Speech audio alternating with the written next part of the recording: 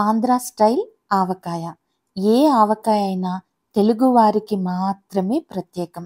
మరి ఈ ఆవకాయ అయితే అసలు సిసలైన ఆంధ్ర ఆవకాయ. చూస్తుంటేనే నోరూరిపోతుంది కదా! పక్కా కొలతలతో ఫస్ట్ టైం పెట్టుకునే వాళ్ళు కూడా ఈ వీడియో చూసి ఎన్ని కేజీలైనా ఈజీగా పెట్టుకోవచ్చు.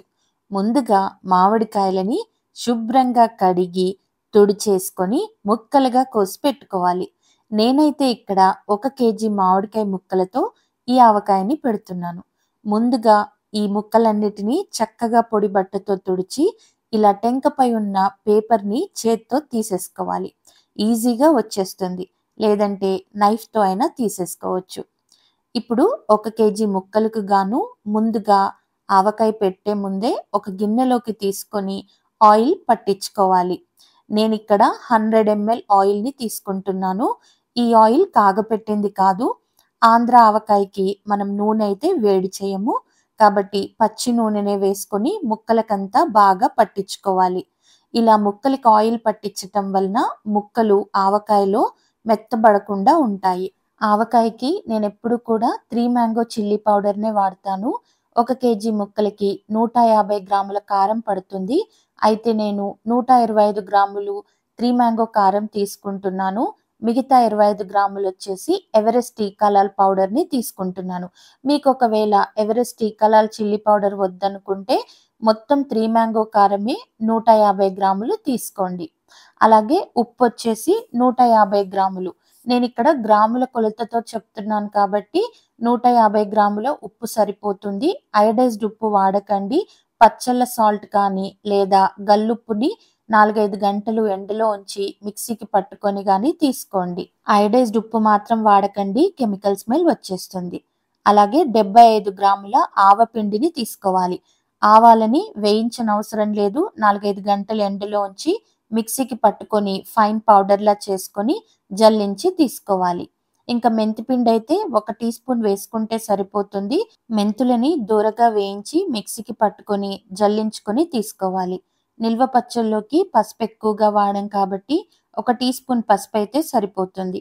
ఇప్పుడు వీటన్నిటిని చక్కగా ఒకసారి కలుపుకొని పక్కన పెట్టేసుకోవాలి. ఇంకా ఆవకాయ కలుపుకోవటానికి ఒక పెద్ద గిన్నె తీసుకొని ఆయిల్ పట్టించిన మామిడికాయ ముక్కలన్నిటినీ కూడా ఆయిల్‌తో సహా గిన్నెలోకి వేసేసుకోవాలి. అలాగే మనం మిక్సింగ్ బౌల్‌లో కలిపి పెట్టుకున్న పొడులన్నిటిని కూడా ఇదే గిన్నెలోకి వేసుకోవాలి. ఆవకాయలకి ఎప్పుడైనా సరే పల్లి నూనె లేదా నువ్వుల నూనె అయితేనే చాలా బాగుంటాయి. ఇక్కడ నేను గానుగ పట్టించిన పల్లి నూనెని తీసుకుంటున్నాను. ఈ ఆవకాయకి ఆయిల్ అస్సలు వేడి చేయనవసరం లేదు. ఇప్పుడు పొడులన్నీ కూడా మామిడికాయ ముక్కలకి బాగా పట్టేలా ఒకసారి కలుపుకోవాలి. నేనిక్కడ 1 కేజీ మామిడికాయ ముక్కలే కాబట్టి గరిటెతో కలుపుతున్నాను. మీరు కావాలంటే చేయితోనైనా కలిపేసుకోవచ్చు. ఇందులోకి 300 ఎంఎల్ ఆయిల్ వేసుకోవాలి. ఇక్కడ నేను ఆయిల్ వేడి చేయలేదు. పచ్చి నూనెని తీసుకుంటున్నాను. ఆంధ్ర స్టైల్‌లో చేసే ఆవకాయకి ఎప్పుడైనా సరే నూనె వేడి చేయరు. పచ్చి నూనెనే వాడతారు. అలాగే ఇందులోకి గుప్పెడన్ని వెల్లుల్లి రెబ్బల్ని కూడా వేసుకోవాలి. వెల్లుల్లి ఆవకాయ ఊరిన తర్వాత చాలా అంటే చాలా రుచిగా ఉంటుంది.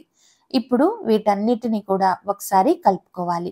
వెల్లుల్లి అలాగే తినలేని వారు కొద్దిగా కచ్చా పచ్చాగా చేసుకొనైనా ఆవకాయలోకి కలుపుకోవచ్చు. ఇలా కలుపుకున్న ఆవకాయని ఇదే గిన్నెలో ఉంచేసి 3 రోజుల పాటు ఊరనివ్వండి.